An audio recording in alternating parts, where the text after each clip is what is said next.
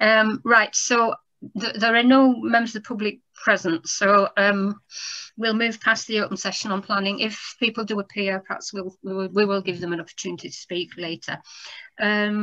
Right, so moving on to item 152, recording of meetings. The meeting is being recorded by the Deputy Clerk, and no members of the public here to request a separate recording, so we shall move on from that.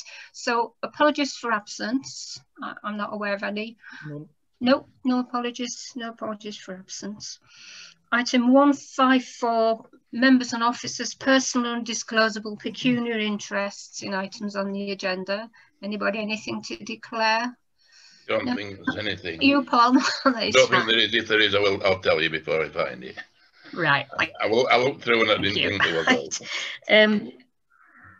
Right. So any written requests for new DPI dispensations? No. No. Right. Item 156, should any items on the agenda be discussed in private session? Anybody? No? No items to be discussed in private.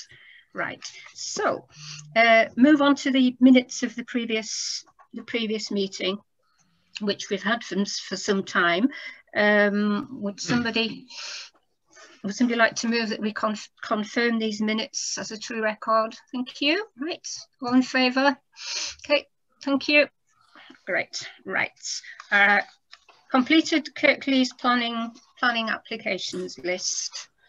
So we'll note that. Thank you. Vote in favour. Yeah. Note that. So moving on to the new planning applications. Right. So we start with number 1, the cottage bedding Edge Road. This is yours, Tom, isn't it? Yeah, I've got no problems with this one. It's out of the way and it's not a huge extension. I think it's okay. Yeah. Anybody else? Can you not hear Tom? Was that you? I can just about hear you, but I'd be happier if you're a bit nearer the mic. Right. Was that me or Tom? Tom. Both of it. Tom, right. Thank you. It's Thomas's fault. Our hearing aids are working perfectly well, Pat, aren't they? Right. I had a look at this one. I thought it was fine as well. So I think that's a straightforward support. Right. Moving on to the next one, which is Paul, is you and I. Yeah. Have you any views? It's not going to make a lot of difference because most of them's got little extensions on all down around there. I think it'll only be just the same as everybody else. Yeah, sorry, Rachel. I was just going to say, I found the plans a bit confusing because some of the objections were talking about it being 3 stories, which did seem to be potentially too high.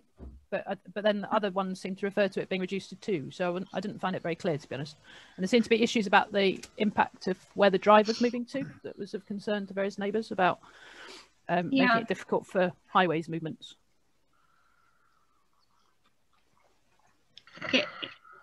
Yes, I had some reservations about this one. The extension is large in relation to the property, and yes, it did look as though part of it is 3 stars, but it was confusing. And then the rerouting of the drive is opposite somebody else's drive, so that's possibly a problem. Right. Are they going to be using somebody else's drive for their access then? No. Oh, it's opposite the shared drive to all properties on the other side of the road. Right. Yeah. So yeah. So, shall we support this, but raise the issues draw attention to the issues that that neighbours have raised, which is to do with the height, the 3-story height, and the revised layout of the vehicle access. Is that okay? People happy with that? Do you want to initial vote on that one? Okay.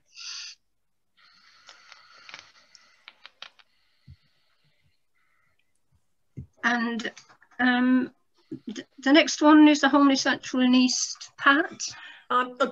Support, there's nothing really to comment on. Yep. Anybody else look at this one? Yep. Rachel, okay. Yep, right. So I thought it was fine too. So just straightforward support.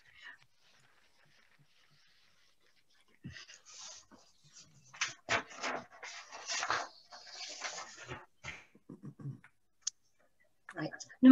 Number 4, 60 Ryfield Scholes. Busy up in Scholes, aren't they? They must have nothing else to do. They are this week, yes. Erection of a single-storey rear extension. Yeah. If it's a rear extension, nobody will see much of it, and if it's only single-storey, it might be within. Yeah. It must be above permitted development, because permitted development usually gives you enough for that. Yeah, it's basically the replacement of an existing conservatory by a room, really. So yeah. It seemed fine to me. So support. No, we happy to go with that support? Yep. No problem. Thank you. And next one is Fullstone, 3 Holling House, which is a certificate of lawfulness. Tom, did you have a chance to think about it? Yeah, I've had a quick look at it. I think they've kind of like done a bit of a fill-in between where the garage is and the house, by the looks of it. I think I know it's on Spring Lane, and I think it's okay. It's only a bit small, and it sounds like they've done it already. So they're getting certificate of lawfulness. So I don't have any problems with it. Yeah. Right. Anybody else? Any comments? Problems with Tom. We're still not hearing him very well. He's not coming out clearly. Right. I'll try and shout a bit louder for you then. Okay. I thought this was fine as well. As Tom said, it's a bit of infill really. So I think that's a straightforward support. Right. Right. The next one is Pat. Yeah. This one, in as much as I understood the plans, and I didn't as clearly as I might, they looked okay. However, there seems to be a neighbour dispute going on about who owns the land and who has right of access and who's entitled and whether this person is entitled to build on it at all. So I think it's got to go over to lawyers and officers and people to sort out who owns the land. Because the neighbour is claiming that she is building on land she doesn't own, but is simply her right of access. And I looked at the plan and I couldn't fathom out what he meant.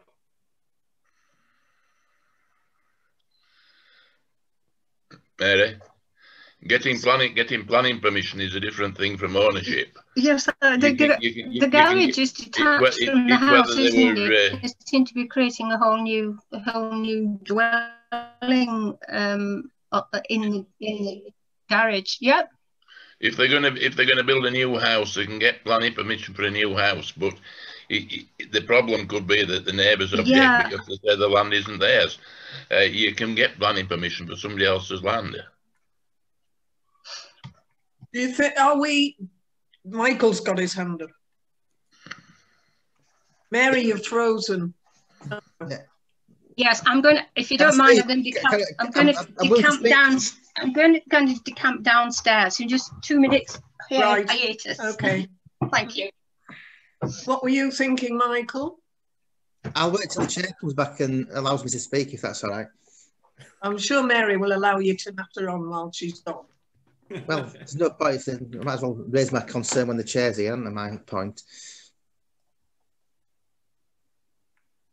So, Paul, in theory, we could approve this from a planning point of view, even though there's a dispute over who owns the land. Yeah. Right. They can't build until they've got the land situation sorted out. Right. But they can get planning permission for it. Right.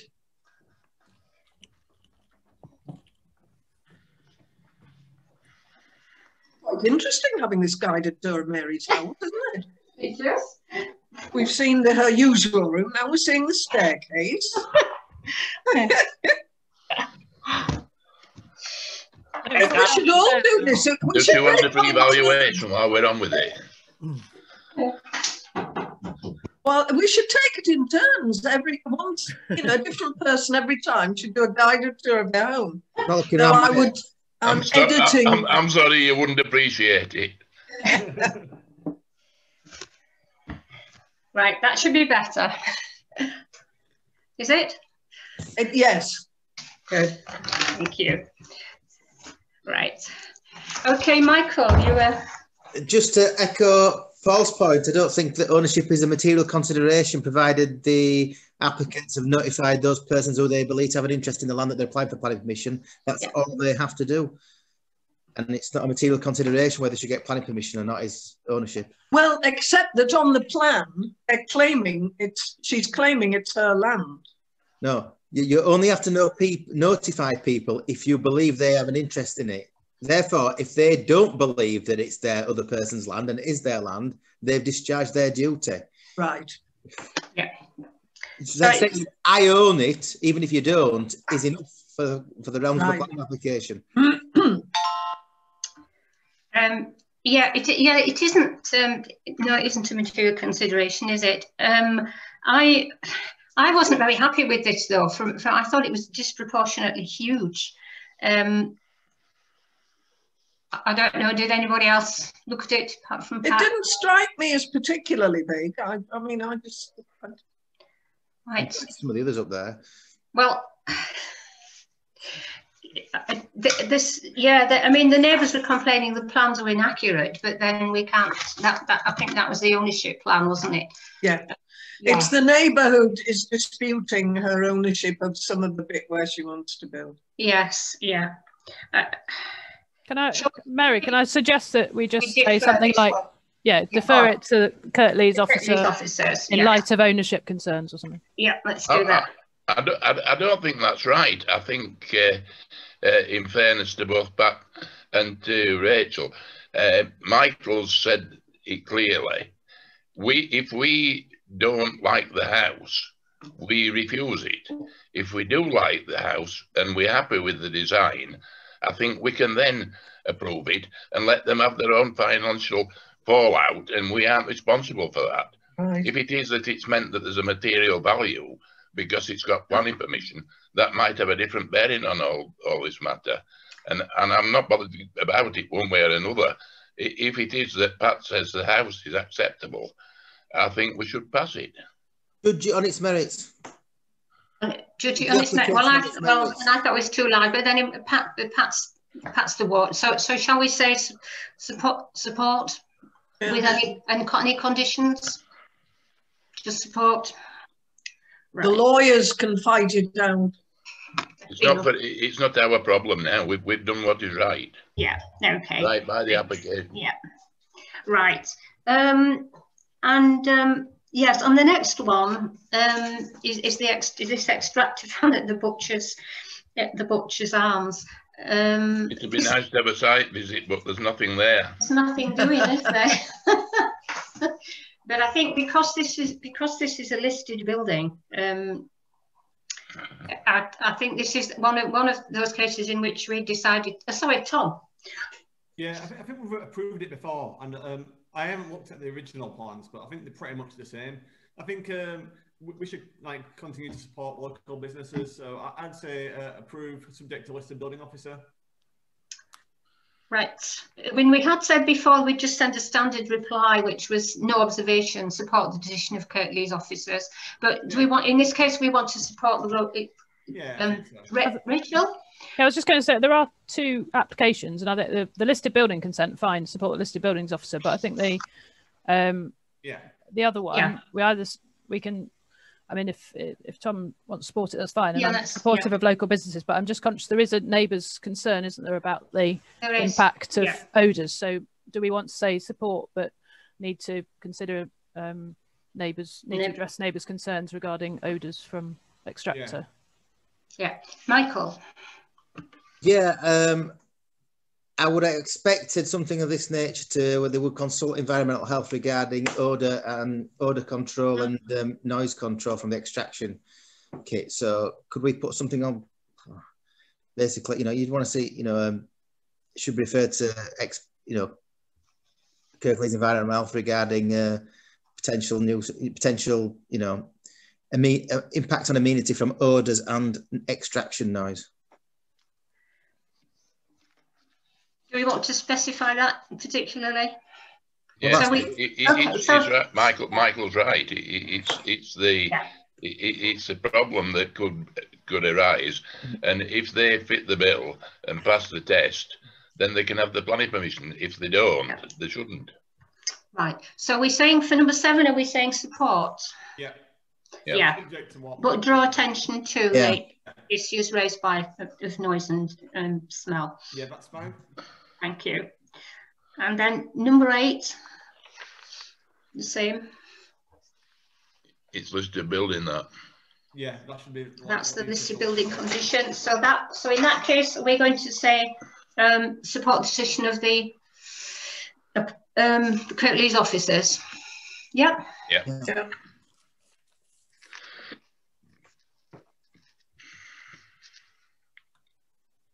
right. And number 10, right, moving on to number 10, Water Street. This one we've seen, this is returned to us, I think. Last time we opposed it, it's the balcony on the back, there was overlooking the river home there at Water Street. Last time we opposed it, it's in the conservation area. Rachel, did you have a chance to? I must admit, I didn't recall we opposed it before, because it's the same as what's been done along all those cottages. So we did. I supported it, but no, we didn't. No. Okay. I was happy with it, to be honest, because it's just exactly what they've done along all those cottages at the back. Yeah. So they'll be saying. Has the modification changed the application? How much has it changed it by? Has it changed it by enough to influence us to go for it? Because if it was that we refused it before, and it's not altered sufficiently, I don't see a reason for change. Well, I think we can. I think we are allowed to change our minds, aren't we? And I mean, given that there's a row of balconies along the back of there now, I feel we ought to support it. The Kirklees Conservation suggests rather than having I think it was something like aluminium, that can't be sheets, that they have black metal railings in keeping with the rest of the balconies on the back. So support subject to it being in keeping with the rest of the other properties. And they're all in line then, they haven't got one that sticks out. Michael? Yeah, I'd say, support, provided they meet the design criteria proposed by Kirklees of black railings. Okay, thanks. Happy with that? Right. Right. Moving on, another Scholes one for us, Paul. For Oak Tree Scholes, single and 2-story extension. Is it too obtrusive? It's pretty large again. Yeah. But the highways are happy. I shouldn't think it affects highways, really. Well, they're happy anyway. Right. So, going to say support? Yeah. Support. Right.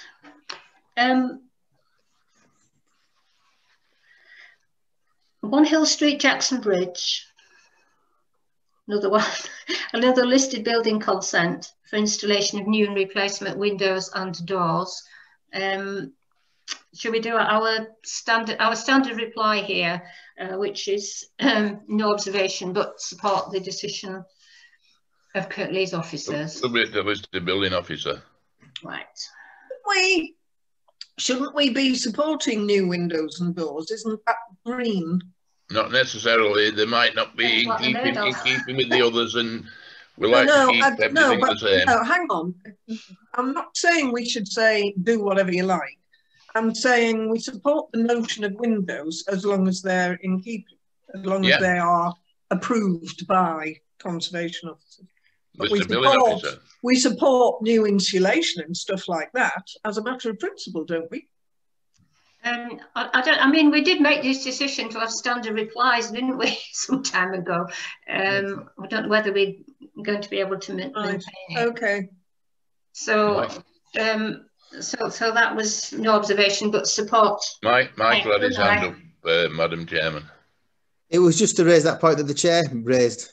Right. That we didn't make an agreement earlier on. Yeah. Subject to listed building approval. One at a time, please. We also agreed that some things would be high on our list of priorities, and things like good insulation, with that we would in general support all of those green initiatives. Paul and then Michael. No, I'm not saying nothing.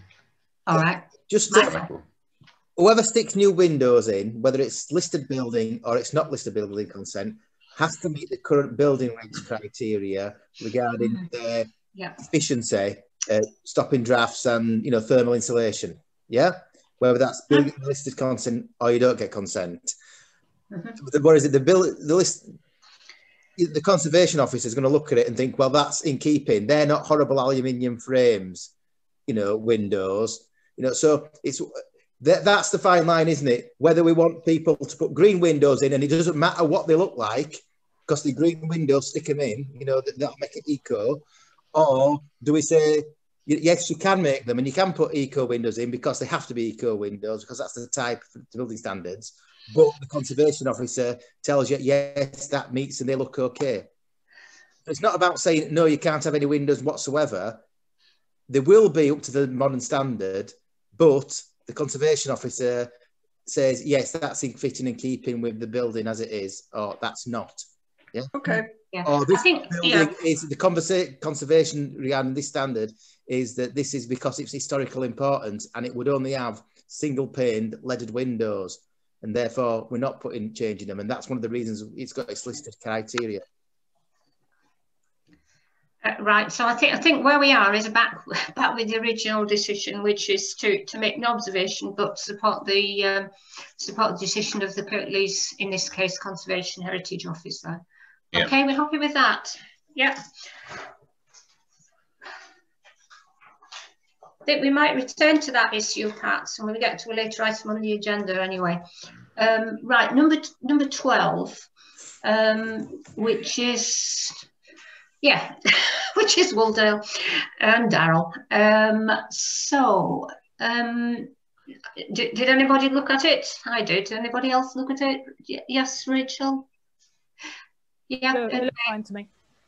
Me too. It's a pretty undistinguished kind of house and it looked more usable after the changes. So that's just a straightforward support. Number 13, 11 Spring Gardens of Pethong. Rachel again.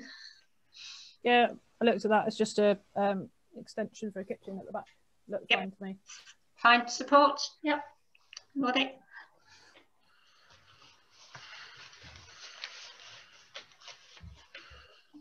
All right. Oh, the next one is the Home First Central one. Rachel. Yeah, this one. It's a small utility which is replacing a sort of wooden lean-to. So I think it's an improvement, to be honest. They're using stone, so it should be in keeping with the rest of the house. So I think it's fine. Suggest we support. Yeah, thanks. Yes, I thought it was fine as how it looks. So support, straightforward supports. There must be large extensions these that's replacing things, because otherwise you should have normally. You could have permitted rights. Yeah. Yeah, this one isn't though. That's very large. Right, a Hongley one, Hongley West. Yeah, I was. My only question was they were converting a garage into living space. I couldn't tell from the plan whether there was a parking space or it would be an additional car on the street. Yeah, I had a look and I wondered about car parking, because they're taking away the garage. Now, if they've created two spaces in the front where there was only one, or created one in the, I don't know. I couldn't tell from the plan, could you? No. So no. I would, I mean, I've got no objection to what they're doing otherwise, so I would say, I'd wait. Mike, shall we just finish and then Michael, sorry. Yeah. I'd raise a query about, are they creating more parking on the street? Michael. Yeah, if you look at the design and access statement, which is on the supplementary applications, it does cover that they will retain off-road parking for 2 cars. Retain? Retain. The proposal leaves ample parking. The proposal leaves ample parking for 2 off-road parking spaces. Whereas currently they seem to have 3. And they're adding extra. Two's the minimum, isn't it? Something like that. They're adding a bedroom and reducing the parking space. Well, shall we say support subject to satisfactory solution of parking?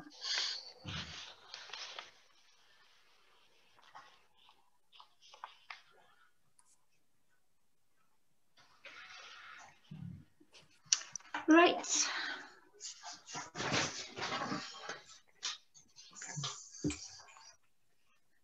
Right. On 100 Lower Town End Road, number 16.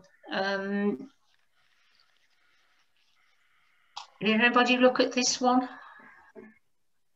Yeah, I had a look. Looked okay to me. Yep, me too. Yep, let's say support.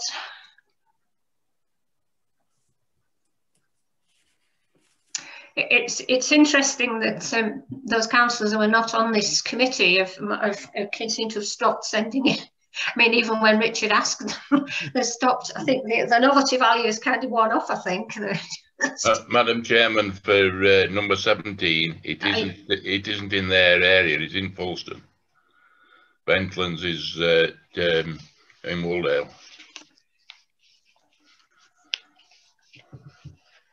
Say that again. The number 17, which is the next one, which is saying they don't send things in.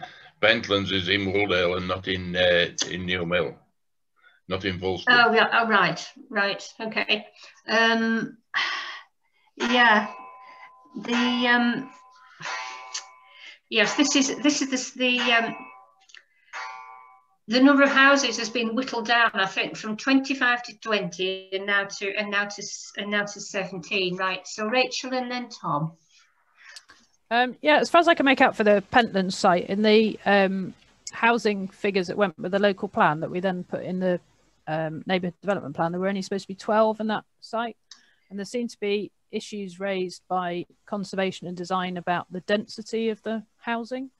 And I know, I mean, obviously there's a huge number of neighbours' objections to the principle of housing there, but the principle is sort of established. But I think the layout and density doesn't seem appropriate, and I was a bit unclear as to what materials they were proposing, because at one point their sort of rather snazzy presentation, although I didn't like all the capital letters in it, talked about, you know, red brick being one of the local vernaculars, and I thought, well, yeah, there are pockets of red brick in the valley, but they tend to be the ones that people give as an example of what should never have been built.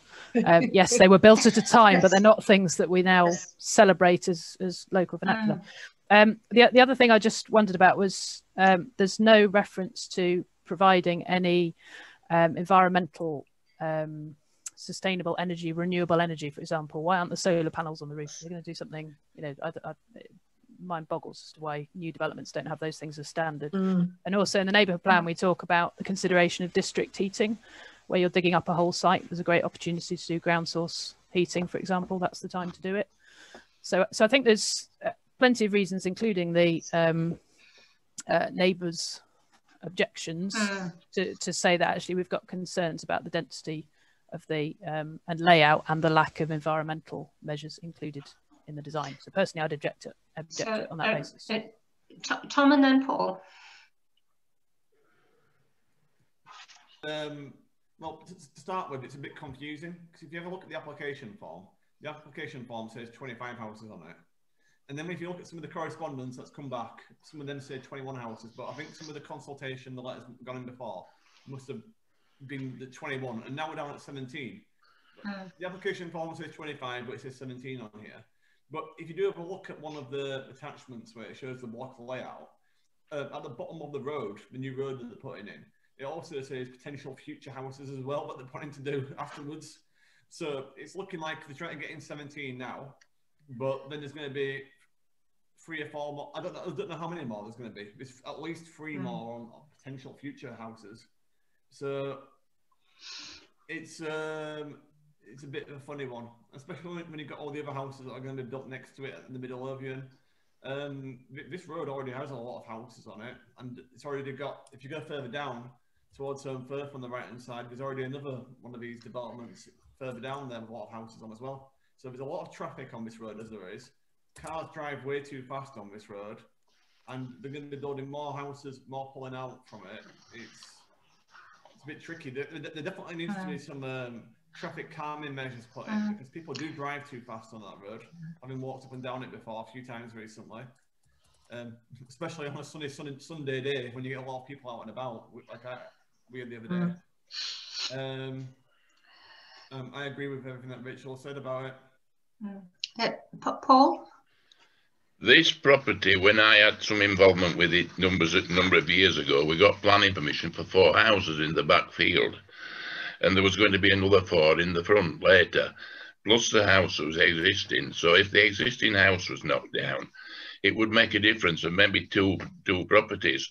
So that would have left proper nice plots and properties to the tune of 10 houses, not 17.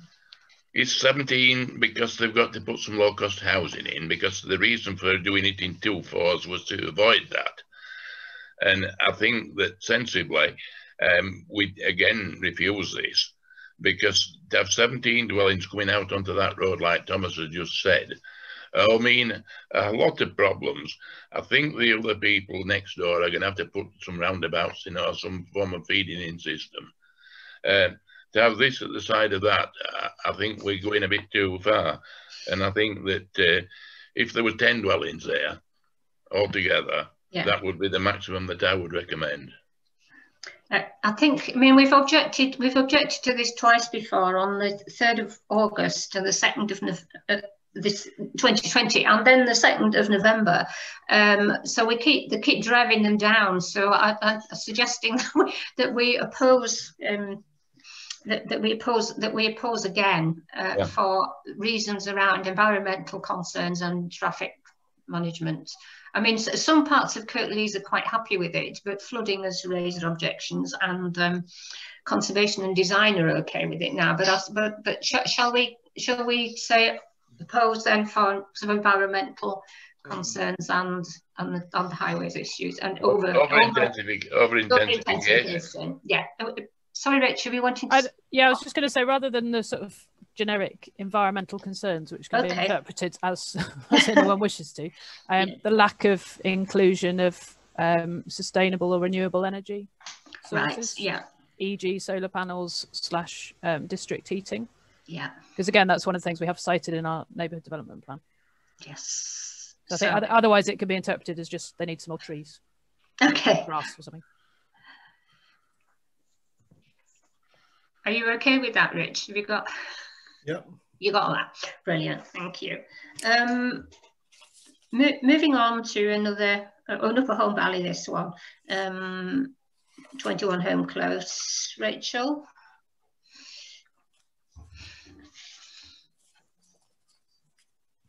Yeah, that one looked okay to me. Yeah, me too. Thought it's pretty. It looks okay, but Home Close is a brick property. They're all brick houses on there, and they were built for cheapness by the local authority. If we're making them putting large extensions on, they're no longer low-cost housing. They were always the lowest of the lower and the lower valued properties that were available for youngsters and first-time buyers. I think what we're doing here is by allowing large extensions on properties that we could keep as properties for younger people are not going to be there. I don't think that's a material planning consideration, though. I mean, maybe not.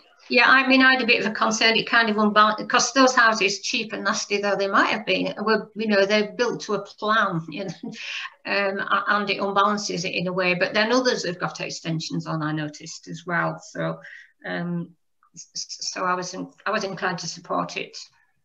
Are we happy to go with support? Yeah, thank you.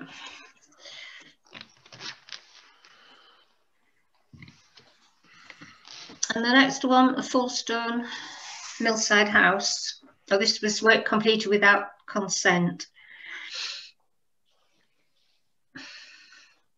The sewage treatment plant. Tom and then Rachel. I've had a look at this. It only looks really small, really tiny. I didn't think you'd actually need didn't realise you needed planning for something like this. It doesn't even look like it's going to make any impact, so I got no problems with it. Yeah, I'd agree with that. Yeah. Paul, did you want to speak? Well, I can't understand why this property needs its own sewage treatment plant, because just down the road from Stony Bank was Stony Bank Mills, and next door to Stony Bank Mills, which was Arthur Moon's mill, was the sewerage works, which we had to go past every time we went on a cross-country run. And you can't imagine me doing many cross-country runs, but going down there, there is the treatment works, and there is now still a treatment plant down there. And I would have thought there would have been perfectly, you know, it'd be simple to connect into the sewer. I didn't realise it needed it. No, I couldn't understand that. I couldn't why it wasn't on main sewage, but it seems fairly inoffensive. Maybe, you know, it's it'll be the way that it'll be the treatment of it. Michael will know. Yeah, according to building regs, I think it's document H. Before you should, you should always connect to main sewerage as your first option if you can. So I would expect environmental health to request a viability report as to why they can't connect to main sewerage. Mm. I mean, I'm guessing it's they don't want to put a pumping station up to the sewer. Right. You know, if their level of land is below where the sewer is, they'd have to put a pumping station in up to it. And so they probably want to avoid that. But you'd ask them to put a viability study in. Right. So I think this is one where we defer to, because it is technical, that we defer to Kirklees officers on this one. Maybe, yeah, people happy with that? The technical fraud. Right. Right. Stalls post office. There is no more a post office. Oh, that's it again. You again, Paul? Advertisement consent for election of illuminated signs. Do we have illuminated signs in schools? I don't know. I don't think we've any. We've no signs that's illuminated in schools, so we don't have a policy. No, they're quite discreet, aren't they? They're along the top of the advertising boards, and they're only on when the shop is when the shop is open. We don't have a policy. I think for residents of schools, I think we've got to support because we want to try and keep the post office open as long as possible, because it was talk of it closing last year. Now it's back open again. It's an amenity for the community, and whether one illuminated sign is going to make that much difference, I don't know. Rachel has some idea. Let Rachel speak. Rachel? I was just going to say, yeah, with illuminated signs in the neighbourhood development plan, we say that in instances where illuminated fascia signs are proposed, they should be sensitively designed in order to be sympathetic to both the building they're attached to and the surrounding area. Illumination should not be excessive or intrusive and should make use of energy efficient methods of lighting, such as via LED. So I think, to be fair, what they're proposing with turning it off at the end of the day, it looks fine, and I think we should support local businesses like we already mentioned. Okay, should we have support? Support? Yep, thank you. And the next one, number 21, which is the Home First Central. Yeah, this is the decking at the back of Summer Vale, which I think originally we supported it. I can't remember now, but they've obviously had to remove the top section of the decking, and the neighbours are still finding it overlooking in some way. So, to be honest, it's a bit difficult to judge from the plans how much it overlooks. So I'd be inclined to leave it to the officers to determine whether any additional modifications need to be made. Shall we defer to officers? I mean, they've got anyway. Let's defer to officers. Okay, people happy with that one? Defer to officers. Thank you. Right.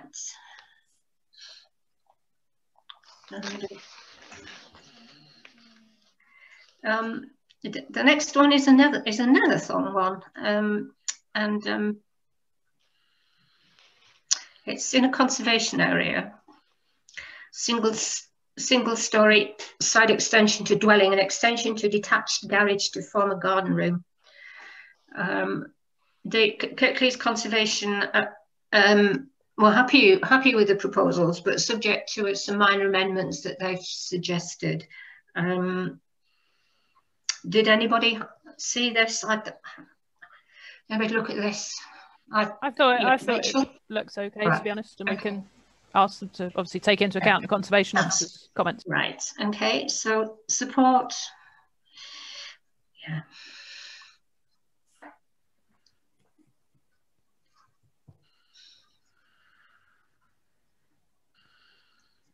And the next one's a Wooldale. The next one's a Wooldale 129 Rhodes Avenue.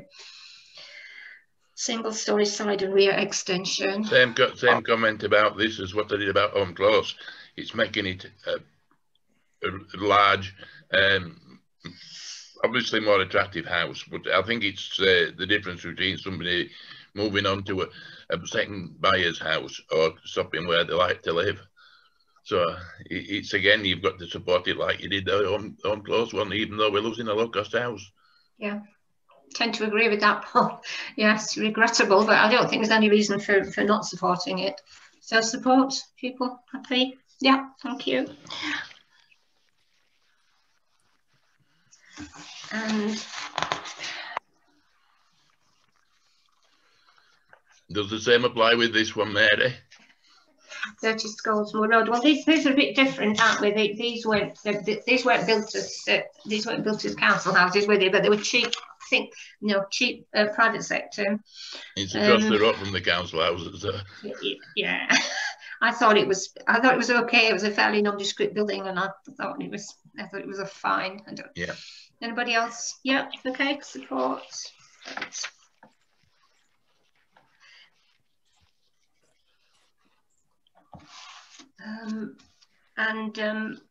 The last one, land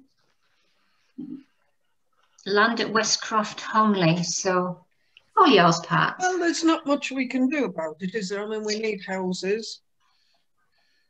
It's a perfectly sensible space to put them in. And, it's only outline permission. We haven't got plans and things, so...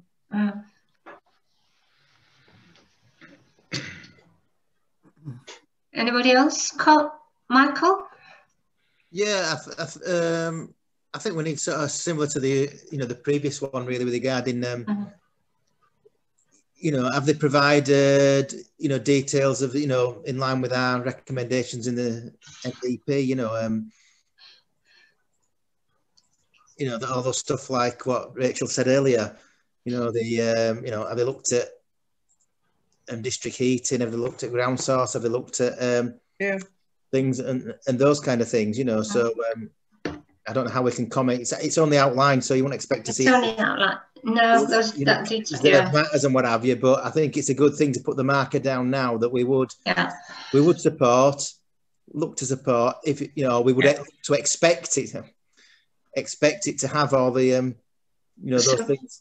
Support with the expectation that sorry, was somebody went to speak? No. No, I'm just scratching my head. All right. Yeah. Fair enough. Yeah. Right. I think we have to be kind of consistent across the board with these kind of size of developments, don't we? If we've said to one earlier on, we're not approving it because you've not met our green agenda. I think we have to say to the other one, well, look, it's only outline planning permission, but the expectation is there early doors that that's what we want. And that we'd want a proportion of them to be smaller and more reachable for early families. Yes, Rachel. Yeah, I was just going to say I missed this one. Sorry, it wasn't on the original list. No, I haven't seen it earlier. so I've just looked out quickly, but the in the NDP, it's the number of houses that was expected to be northeast of Westcroft, which is presumably this site, was 15. So again, they're squeezing 20 in, which isn't inherently a problem, provided there's a good mix of affordable housing. But otherwise, so I think maybe we should say provided density appropriate and affordable housing included. And the environmental things that were just said before. Michael, I think given what Rachel said, I think we're quite fair to say that, you know, we note that the NDP says for 15, you know, therefore can the other 5 be affordable houses? Yeah. The 5 on it, we expect them to be affordable. Yeah, you know. At least sustainable housing are going for 4 units of sustainable housing. Yeah. Paul. If it's what I haven't seen this one because I didn't know about it coming up, but if it's the Whittle, which I think it is, it's an area of land which the Kirklees for years said was to be a public open space. If you put a cow in the field, it was grand for 2 minutes and then the dog chased it out, and everybody complained and said that it was a place where people were just turning the dogs to do their whatevers. And that piece of land should have been developed when the other should have been developed all those years ago. And if it had been developed then, it would have been semi-detached type housing. And there would have been probably more numbers than what Kirklees are talking about, but there would have been houses that could have been afforded. The houses that were built down Westcroft were mainly semi-detached, and the same for most of Honley. And these were for young people to be able to buy as second homes. And to my feeling, the number isn't the factor, it's the type of housing that you want there. And if you can get some lesser valued housing there, there's a lot going on up Scott Gate that'll be bigger with an element of low-cost housing. But if we could get it to be a site which should be classified as a second quality site, if you like, where they were building not as attractive, big, expensive properties, we could have a lot more properties that people could afford. That is an ideal situation where that site could be with more housing there rather than less, as long as they were down to a sensible standard. So I mean, in May we supported the principle of development there. So are we continuing? I can understand that. Continue to support the development in principle there, but raising a lot of issues about the density, whether the density is appropriate, about the various environmental issues, about affordable housing. What was your form of words, Rachel, about the you had a good form of words last time about, you know, rather than just saying environmental issues. About the environmental. Needs to be a consideration of renewable energy sources, including solar panels, ground source heating, district heating provision. Great. I mean, we can say reference draft neighbourhood development plan, because Kirklees have obviously had plenty of sight of it, so they can see what's in there. You'll never get any low-cost affordable housing if you do all that. Right. You will, because it's the future of what housing needs to be and makes them cheaper to run. Anyway, that's a debate for a different day. Thank you, Paul. Right, thanks. Moving on. Push themselves that little bit more if they know it's going to be cheaper to run that house. It's true. Yep. Right, shall we move on? Thank you for those. A bit of a gallop. It always is a bit of a gallop, isn't it? Let's move on to item 160, which is Kirklees Council Planning Office's decisions. There were 2 refusals. Well, you've seen the papers. The 2 refusals which we supported, one was in Hepworth Crescent and the other was at Latham Barn on Gateshead Lane. Paul? We've just got here in Hepworth Crescent the exact result of what we've proposed to happen in Roy's Drive and Home Close. Hepworth Crescent was again a property that were built by the local authority. Yes. And this one has now been, we've supported it, it's been refused. But then we've supported another 2 earlier tonight, which are just doing the same as what this person wanted to do. Well, I don't know who it is or what about it, but I don't know what the reason is for refusal. I think Hepworth Crescent is probably a bit different, isn't it? No, not at all. Hepworth Crescent is more attractive. Exactly. That's what I was going to say. Hepworth Crescent is anyway. I disagreed with the committee last time, so I was quite pleased it was refused. Right? Can we? What I'm getting at is we've made a decision tonight on 2 properties, and this one was more likely to have been acceptable in my eyes because it's in a more attractive area than what the others were. But yet it's been downed. So if this has been downed, Kirkley is going to down those others. I don't know. We shall see. In the fullness of time, we'll know, won't we? Interesting. It is. Tom. The Hepworth Crescent plan was a lot bigger than the others, so I think that's probably why it was refused. It's a bit different to the others. The others are much smaller changes to the doing. Right, shall we move on? Item 16161, planning application appeal at Underbank Road. This is to note the parish council's response to this appeal. So shall we note it? This was we were to maintain our previous decision. Yeah. Okay, noted. Thank you. Right. Next item, neighbourhood planning. Any advance? Yeah, well, the good news is that a neighbourhood plan examiner has been appointed, and I've forgotten what their name is. Hang on, if you bear with me, I will just check what it is. Hang on, sorry. It is. Oh no, sorry, Mr. Peter Biggers. He's called Peter Biggers, Biggers. And so Kirklees confirmed that about a week ago, and they're going to be starting the examination shortly. So we're just waiting to hear what the dates are for when they're going to start asking questions of us, because they have to review all the materials we've already sent in and Kirklees' views, and then they will presumably come to us with some follow-up questions. So it's good. The process is moving on slowly but surely. Good. Might be able to have a referendum at the time when people can get out and about. Right, thank you. Thanks, Rachel. Let's move on to the Peak District National Park Authority. So first of all, to note the list updated with our comments. So is that noted? Noted? Yeah. Thank you. Right, new or amended applications, and we've got one which is retrospective for a heat pump, an air source heat pump. Are we minded to say this is okay? Yeah. I thought we should support this. Yes, support. Yeah, support. It's quite a tiny thing, really, isn't it? Sorry, I've not had a look at this. How far away is it from the news of the properties? It's fairly close, but they're proposing to build a kind of wooden shed around it to shield it, which is perhaps not the right thing to do to an outsource. It won't work. Yes, it won't work then. It won't work. Well, I'd want to see a noise report. They're saying the noise will be abated somewhat by the wooden shed. Yeah, but they don't work when they have a... They don't work when they've got a wooden shed. The specifications of it will say that it needs to be... I think it was a bit odd. Unboxed. Yeah. It's not this.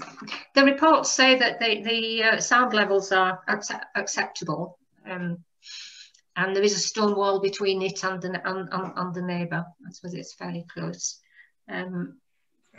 So, are we going to support this? Yes. Support it. Yeah. Thank you. Michael says it doesn't work. Michael knows these things. I'm going to agree with Michael and I'm going to oppose it. I've not read the report here, so I'm going to abstain. I think they'll find out. I think they'll find out, won't they?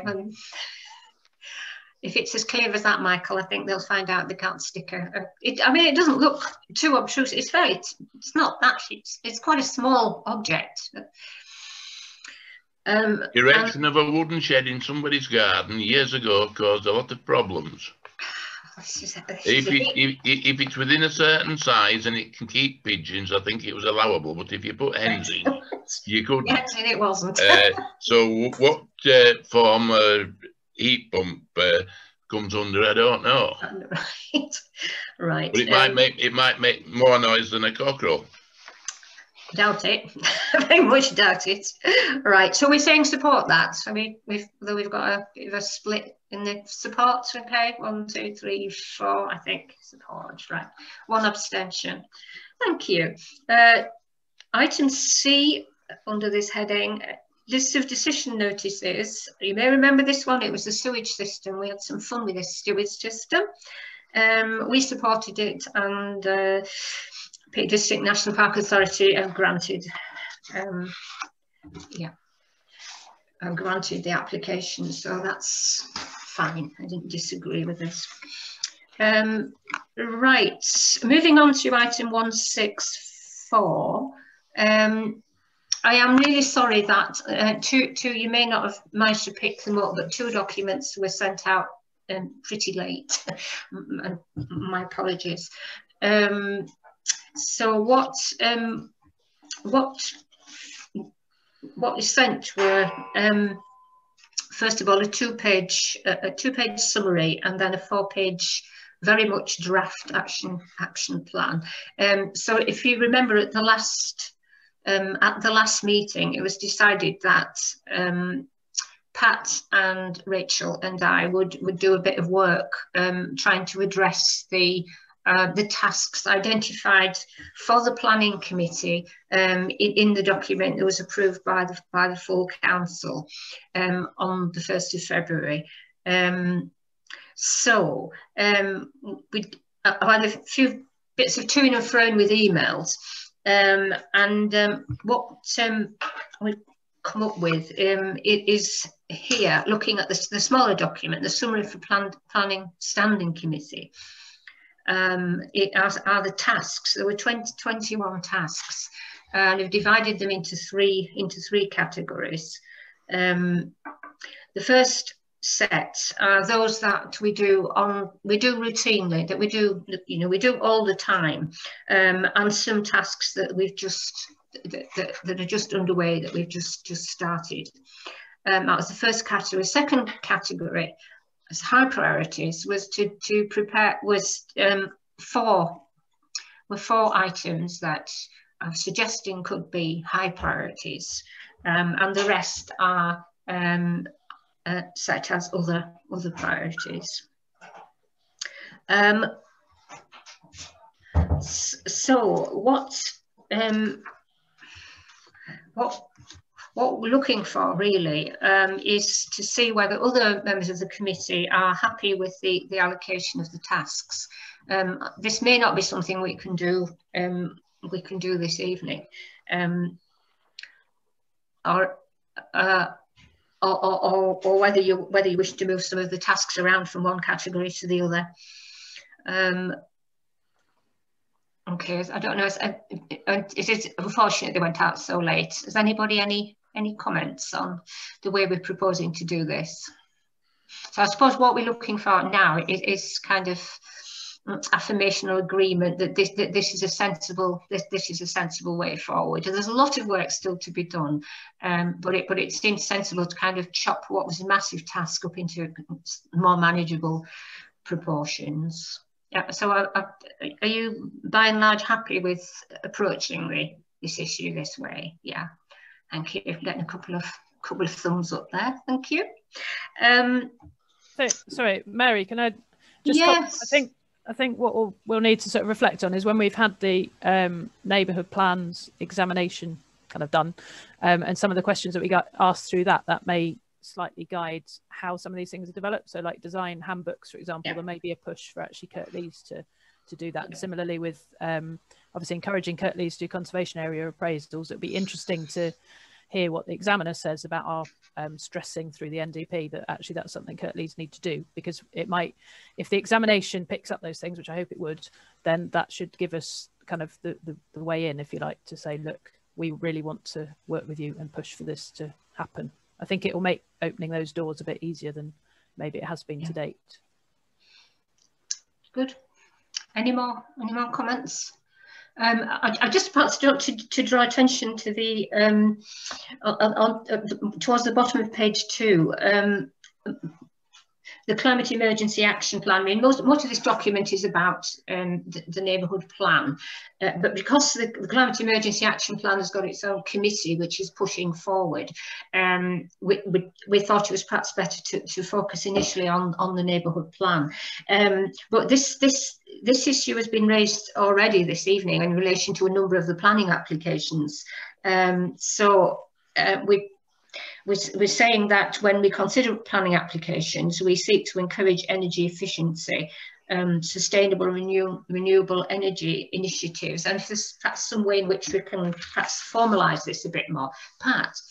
It seems to me that, and this is not for tonight, but in the future, we need to look at a lot of the day-to-day, not to do with size and appearance, but practical, what are you installing to do what and what, has much more to do with building regs than with planning regs. And yet I think we would want to be involved, or at least have a relationship with building regs to kind of say, well, are you going to impose this as a matter of course? Because we would like you to. And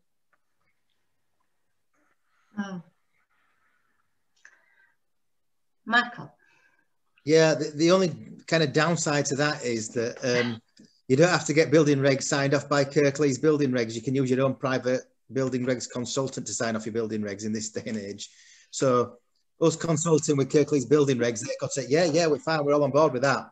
But they're not using us, they're using a private company. Rachel? Yeah, I was just going to say, I attended a webinar the other week, which was with the climate, I'm trying to remember what it's called now. It's called the Climate Change Committee, I think, which provides advice to Committee on Climate Change. Can't remember, but anyway, it advises the government on what it needs to do to address climate change. So it's full of, you know, worthy professors and things.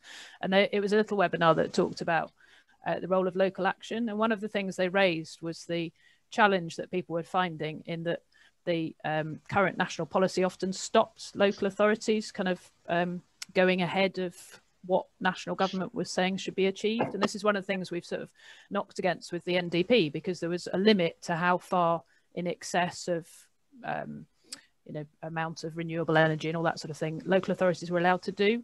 And one of the things that they were going to lobby government on, because obviously they recommend to government, but it's up to government how they act on it, was that local authorities needed to be given more freedom to offer more higher targets. So one of the people on the webinar was the Mayor of Bristol, who's very sort of driven to drive the climate agenda. And he's got lots of things that he wants to do, but they're restricted at the minute. So hopefully at sort of a national level, there obviously is recognition that actually local authorities are sometimes constrained from being as green as they perhaps might like to be. And I think that's something we found with the NDP, where we said, why can't we say that 50% of this? And we were told, no, it can't go more than X% above the standard. So it is, I know that's not something we can influence at local level at the moment, but just to say it is recognised that actually, you know, there is a desire to allow some freedom for local places to strive forward. And I'm always struck by the fact Kirklees was always championed as somewhere that was very hot on energy saving measures, renewable stuff. So it seems bizarre that we're not in that place now. I think some of these things we want to do are a kind of 20-year job, aren't they? Really? Yeah, they are. They certainly are. Yeah. Right. Just before, I'm conscious we've still got some other weighty items. I'm just before trying to sum up where we've got to with this. So I think we're resolving that that the committee's happy with going ahead in the way that we've started this work. I wanted to ask whether there's any other members of the committee would like to join the three of us. Just to draw attention to the other document, which is the longer document, which is a kind of very rough initial draft of an action plan, which is a lot of empty boxes on it. If you can help fill any of those boxes, just let me know, and I'll add it to the. I'll add it to the action plan. So I think we've probably gone as far as we can tonight. So if you've got ideas about reordering some of these between the different levels of urgency, then please please let me know. Meanwhile, we'll continue to work on this. Does anybody any other observations? No, gosh, you're uncharacteristically silent. It's not like you. Right.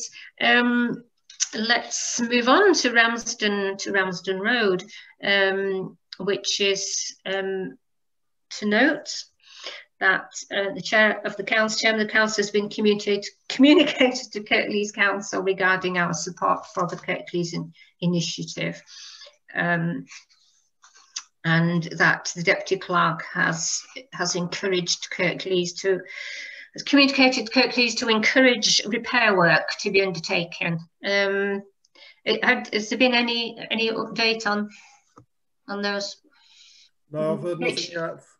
Sorry, Rachel. Yeah, sorry, I don't have an update as such, but I was interested to see that the Home Value Review that came out had an article about the improvements being made to Ramsden Road, which I was slightly surprised by, because Rob Dalby, when I spoke to him about the PSPO and I said, is there any money to do improvements? He said, well, I'd love there to be money and I keep putting bids in to get money, but it's fairly low down the council's spending priorities. So it's good. I mean, it's great if there are some improvements being made, but I don't think we can hold out for massive improvements in the short term. But the fact that they know we're concerned about it is good. It's something. Rich, sorry, cut you off. You were going to say no update, were you? Yeah, that's right. No update. No update. Right. Thank you. Let's move on to the. I don't know how to pronounce this. Does anybody know? Anybody who's really local? Pigginger Lane. Pigginger Lane. What was that? What's that, Paul? Pigginger Lane. Pigginger Lane, right. It's really close to me. It's only just up road from you. It's really close to me. It's just I don't know how to pronounce it. Thank you. Right. Yeah, so a record there of progress on that, which is pretty impressive, I think. So do we wish to note that progress? Thank you. Right. I think I said when we were talking about Ramsden Road that there were other roads that were in jeopardy as well, but the fact they didn't have champions as eloquent as that Ramsden Road, but actually there's a couple have turned up which do appear to have champions. So the first one is to the residents' concern about damage to Round Close Road near Head Edge. I did go up and have a look at it yesterday, but Paul? A road I've not used very much for a long time, but in the days gone by, it was a quick route between the top road and Head Edge, and it was never really a bad road. But the areas of land that are the tracks at the side, I used to go up to the farm regular, which is at the bottom end, and at the side of that there was a rough common, which the old farmer used to turn his cows on a night. He used to let them on at night and then bring them back because it wasn't his land, and he used to get free grazing. And I don't know who it belongs to, but that it shows that there's two areas where they're going off the track and up onto the moor. And I don't know how we stop these people. They just don't have any thoughts about any property, thoughts about the countryside, how it looks or what damage that they do, as long as they're having what they call fun. And as long as people are encouraged to do this, we've had the problems. There was some green roads up above Digley, and they were using them for the same purpose, but then I think the gates were locked at the end, so that stopped them going down there by Barton and Greaves Head. But that's Yorkshire Water property down there. This is common ground as far as I know, and I don't know who belongs to it. Rachel. I'll speak about item 2 later. Okay, Rachel. Yeah, I was just going to say it feels as if, I mean, the road itself is it's in poor condition, but it is just as Councillor Dixon described. But I mean, it's really a question of whether the owner of that land, although if it is common land, that's a different challenge, I guess, wishes to fence it.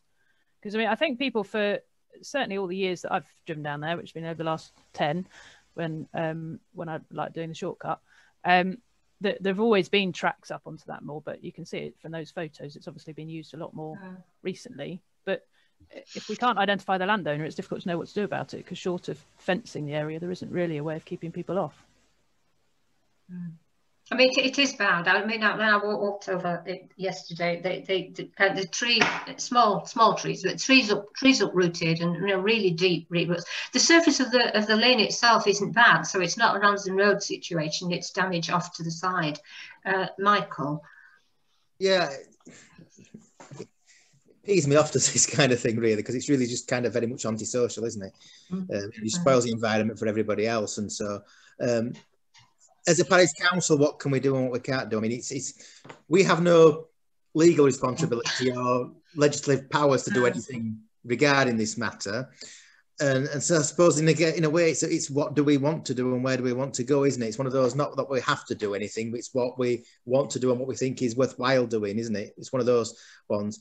I mean, do we know? So people said they don't know who owns that land. Is that right? Yeah. I don't know it, Michael, and I've known it for a long time. So, I mean, we could do it's whether we do it or we go back to Miss Bennett and say, you can do a land registry check for about £4. And if it's registered with anybody, it comes back and tells you who owns it.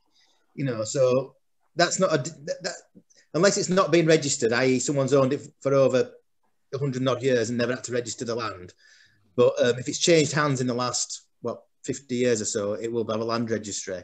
So, then that costs about £5 for a land registry, £4 or £5 for a land registry search. That's doable, whether we do it as a parish council, to members of the public, but we don't have a budget for this. Yes. Or we suggest Miss Bennett does that.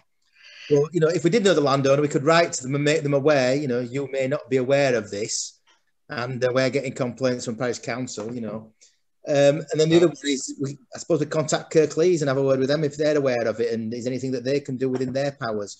But other than that, it's one of them where we say, yes, we're concerned about it too, Miss Bennett, but it's not a right lot we can do.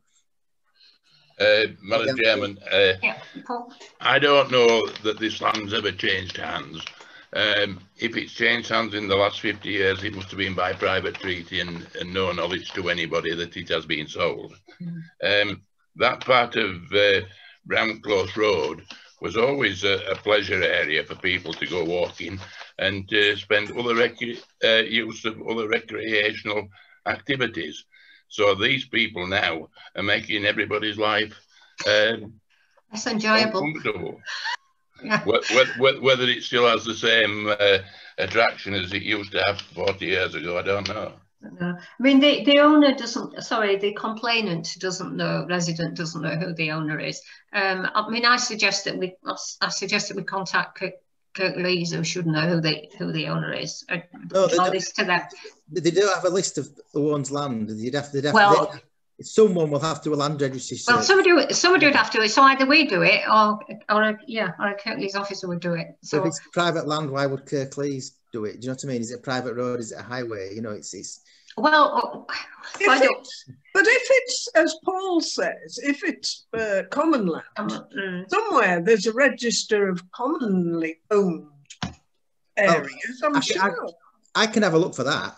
I can have a look tomorrow for it. Yeah. Yes, please. Yeah. Are you offering, Michael? Well, thank you. Can do. I will do. Yeah. I'm on holiday. I wasn't planning on. I am on holiday from work this week. I wasn't planning on switching my computer on, but I will. Right. That's a great offer. Thank you so much, Michael. Yes. And then when we know, we'll decide what to do. I think perhaps is it worth alerting the 3 councillors at this point? Yeah, because I mean, hopefully they've gone to Miss Bennett has gone to them, but if not, I think we should sort of refer it to them if they've got any ideas that we don't know about. Yeah, right. So we'll refer it to 3 councillors. Michael will find out who owns the land, and then we'll. Well, I'll find out if it's owned by Kirklees land. Right. I can't, I'm not volunteering to spend £4 on it to find out who it is. Doesn't make any sense.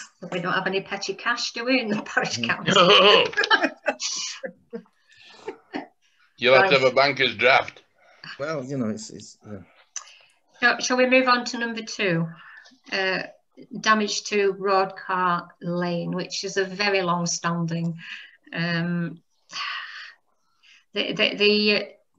the person who's complained has already written to the leader of not the leader, the chief exec of Kirklees Council.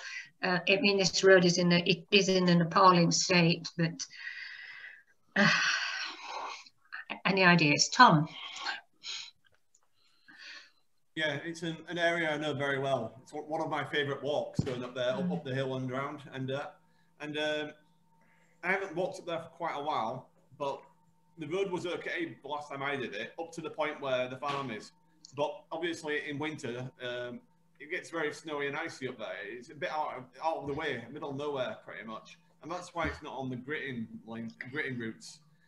And it's a shame that Kirklees didn't step in and help out a bit more, because it seems like they've gone through a terrible time with everything, and very sympathetic towards them. I totally get why it's not on the gritting routes, because it's out of the sticks, and Kirklees can't cover everywhere. If you cover everywhere, then you're not going to get the main roads done, and you're going to have big problems there. So I can understand that, but I totally agree with him about the 4x4s as well, because it's just up the road from my mum and dad, and my mum's seen them going across like in the middle of the night and stuff like that. And at 5 o'clock on Christmas Eve morning, at 4 o'clock in the morning, it's crazy. They do my head in. And the bit past where the farm is, the track. Well, I know it as the old lane. It's the old lane. It's not a road. You can't get down there in a car. Cars try it and they get stuck all the time because Nav's sending them down there, and they've got no sense. You should know immediately not to go down there because it's an absolute wreck. But for these 4x4 people, it's an absolute dream. They love it, and they keep on doing it. They keep going out. There's always problems like in Ramsden Road and other places in the valley. It's just a bit of a nightmare. And these drivers don't care. They make it worse.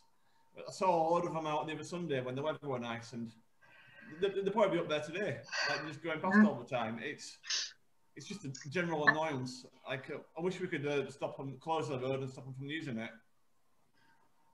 I mean, I understand. Sorry, just a moment, Paul. I understand that the Ramsden Road solution is meant to be a kind of exemplar. We're going to have a look in 4 months' time, see how that's worked. That's kind of almost experimental. Whether that could be applied to this road as well. Yeah, this particular road was the main road from Jackson Bridge to Penistone, and all the years back. The last time I drove down that road from the top was about 25 years ago, when I was egged on by one of my younger son, and I made him get out when I went round a corner, and it wasn't safe then. I got through, but it wasn't safe then. The top of the hill, it should be shut across. It should be shut off, because we've had vehicles going down there. I know the applicant, this lady, her brother, he used to stop people. He pulled loads of vans out because SatNav sent them down there. It showed it on the SatNav. It needs a closure at the top where the road comes onto the farmers' fields. After it gets to there and goes to the steep drop, it wants some form of fence put in across with a gate on, which would allow the horse riders and the walking people to be able to use that as a footpath, and it will become not a bridle way but a horse-friendly area. The property up at the Bank House has been at the road surfaced by the council. I don't know whether it's once or twice in the last 40 years that I've lived up here, but it's something like that. The problem that they're having, I think, now is that there's a lot of water comes down the road and it's eating into it, and the drainage at the sides, that hasn't been looked into and that hasn't been looked after. It's years ago that they did put a water course down the side of the road, and it went down the other road, which went down to Woodpit and into the river. But again, you've got to feel sorry for these people. They'll be in bed in the night, and then all them vehicles roaring down, and you're wondering what's going on. But it happens, and it isn't just 4x4s. There's quite a lot of quad bikes and trial bikes that go down there, and it's not nice for somebody walking up there with a pushchair or taking a youngster up there to be met by these people who will be obnoxious if you will say anything to them.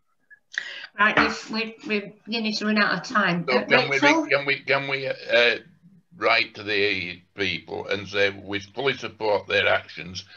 We can do all we can, and would recommend to Kirklees that they do put a closer order on that road from the top of by what we call Tinker's Monument at the top there, and allow just the farmers to go down the track to their fields, and then put a closure across with a gate for walkers.